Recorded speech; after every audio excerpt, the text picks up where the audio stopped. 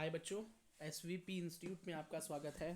और मैं विक्की सिंह लेकर आ गया हूँ आपके लिए बहुत ही इम्पॉर्टेंट वीडियो। ठीक है, ज़रा इस वीडियो को ध्यान से देखना। थोड़ा ही समय लूँगा आपका, लेकिन एक बहुत इंपॉर्टेंट बात के ऊपर मैं डिस्कशन करने वाला हूँ, वो है CGPA कन्वर्जन सर्टिफिकेट। तो ये सर्टिफिकेट जो आप देख रहे हो सामने, यही सर्टिफिकेट ज़्यादातर जो एजुकेटर्स हैं जो वीडियो बनाकर डाल रहे हैं, यही सर्टिफिकेट आपको डाउनलोड कर कर अपलोड करने के लिए बोल रहे हैं। लेकिन इम्पॉर्टेंट बात आपको कोई बता ही नहीं रहा। ठीक है, तो प्लीज़ इस बात पर बहुत बहुत ध्यान से फोकस करना, जो मैं आपको बताने जा रहा हूँ कहीं गलती ना करने आप। ठीक है, कहीं इसका भुगतान फिर आपको बाद में करना पड़े। देखो, सबसे पहले आपको क्या करना है।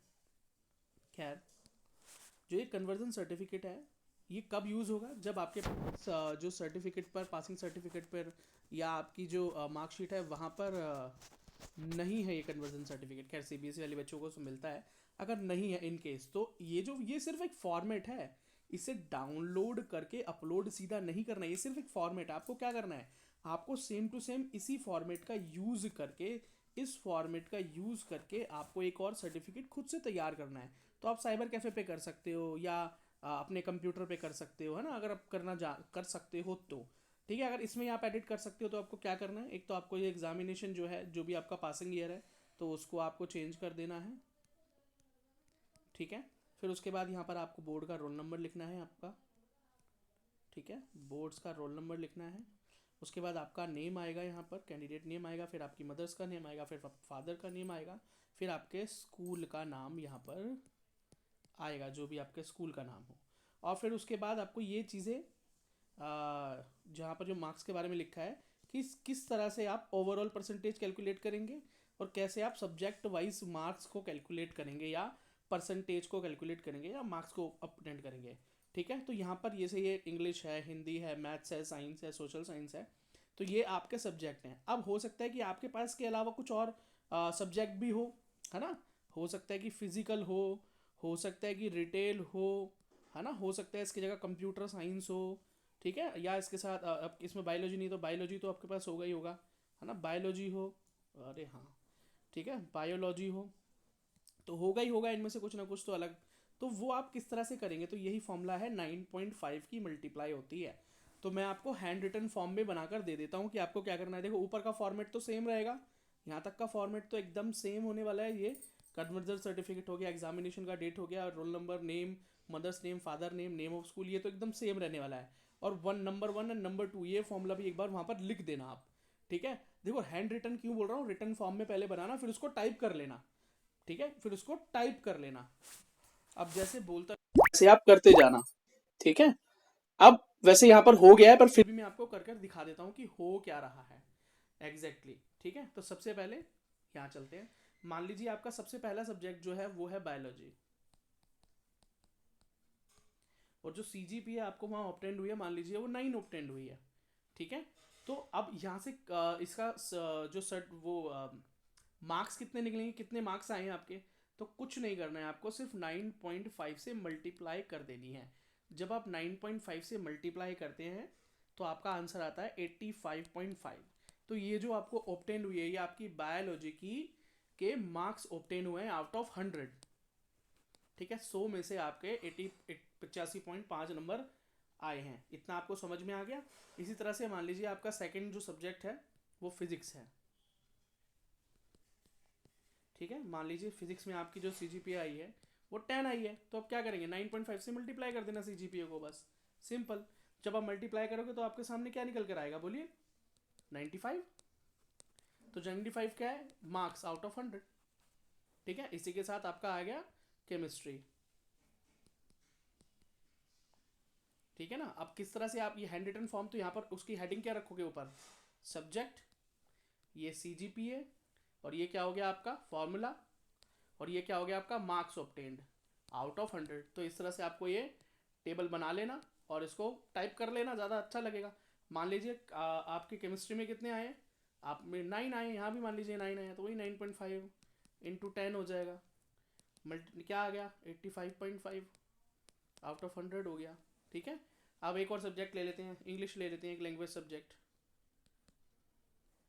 ठीक है, बोलिए क्या CGPA ले लें यहाँ पे आपकी?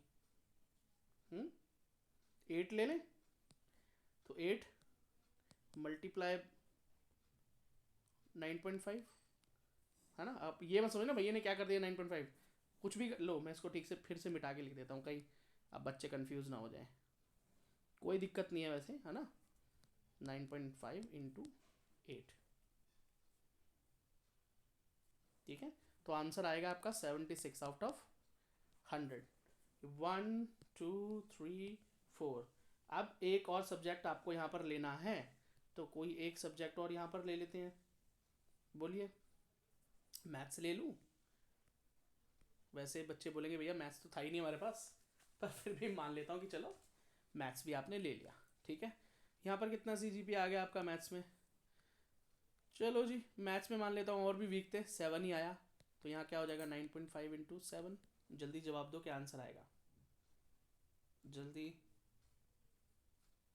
नहीं बता पाए? सही बताया, 66.5 आउट ऑफ 100।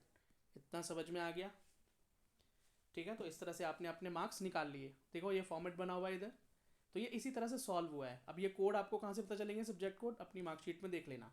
तो ये हो गया subject code, subject, grade, formula, marks obtained, out of marks 100, ठीक है। इस तरह से आप टाइप कर लेना। कई बच्चे उन वीडियोस को देख के सीधा इसे ही अपलोड करने जा रहे हैं, ठीक है। पता नहीं क्यों यार इस तरह की मिस इन्फॉर्मेशन को दिया जाता है, समझ से बाहर है हमारे तो, ठीक है।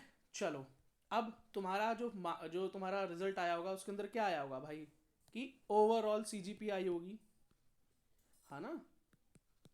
तो CGPA जो भी आई होगी, है ना, जैसे मान लीजिए कि आपकी सभी CGPA आ गई 9.4, जैसा कि हमारे इसके अंदर दे रखा है। तो इस CGPA से अगर कोई तुमसे बोले कि भाई परसेंटेज कैलकुलेट करके दिखाओ, तो कुछ नहीं करना है, सिर्फ 9.5 ही करना है। 9.5 की मल्टीप्लाई 95 की, सॉरी 9.5 की मल्टीप्लाई कितनी CGPA 9.4 से कर देना, तो क्या आ गया 89.3। तो ये क्या आया? ये तो सीधा परसेंटेज आ गया, ठीक है। ये तो हो गया पहला। दूसरा, भाई अब टोटल परसेंटेज भी तो फाइंड आउट करनी है ना, ये तो निकल गई। अब यहाँ से क्या निकालें? Total marks obtain. तो जो जो तुम्हारे मार्क्स आए थे आप इसे कैलकुलेट कर लो, ठीक है। यहाँ हम कैलकुलेट कर लें तो क्या निकल कर आया 85.5 प्लस 95 प्लस 85.5 प्लस 76 प्लस 66.5। तो ओवरऑल नंबर निकल कर आ गए तुम्हारे, टोटल मार्क्स क्या आ गए तुम्हारे? 408.5।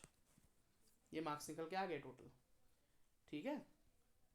बस, तो टोटल मार्क्स हैं, मार्क्स ऑब्टेन, ठीक है भैया। परसेंटेज निकालना है, कैसे निकालोगे? 5 सब्जेक्ट ले लिखे तुम्हें, सब्जेक्ट कितने हैं? 1 2 3 4 5, और हर सब्जेक्ट 100 मार्क्स का है, तो टोटल मार्क्स कितने हैं? 500, ठीक है। और आपका भी अपने मार्क्स ऑब्टेन किया वो कितना आया? 408.5। तो इसका मतलब 408.5 आउट ऑफ 500 नंबर आए हैं आपके। मल्टीप्लाई कर दोगे आप इसकी 100 से, ठीक है। कैलकुलेट करो, तो ये निकल कर आएगी आपकी 81.7%। 20 से 20 ये चले गए, इधर गया मल्टीप्लाई 10, ठीक है। जब आप इसे काटोगे तो आपका आंसर आया 81.7%। ये आया जी आपका परसेंटेज, ठीक है। कोई दिक्कत, कोई परेशानी? तो ओवरऑल परसेंटेज आपका यही है।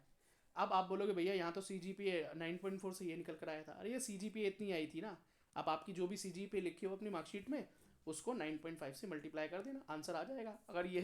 अगर मैं कैलकुलेट करता और CGPA करेक्ट लिखता तो आंसर मेरा एकदम करेक्ट आता। तो अभी मैंने आपको सब कुछ समझा दिया है कि आपको किस तरह से कन्वर्ट करना है, और फॉर्मेट यही रखना है, ऊपर का फॉर्मेट यही रखना है। ये वाली लाइन बीच में से आप काट सकते हो, ठीक है। ये 2 फॉर्मूले लिख देना, फिर इस तरह से आप अपनी इसकी थोड़ा गुचड़ मुचड़ ज़्यादा हो गया, इसको थोड़ा साफ कर दें।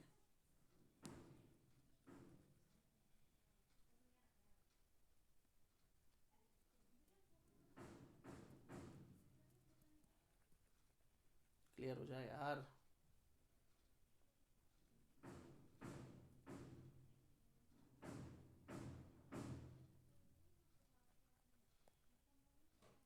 थोड़ा फास्ट कर लेना इस जगह पे, ठीक है, वीडियो को।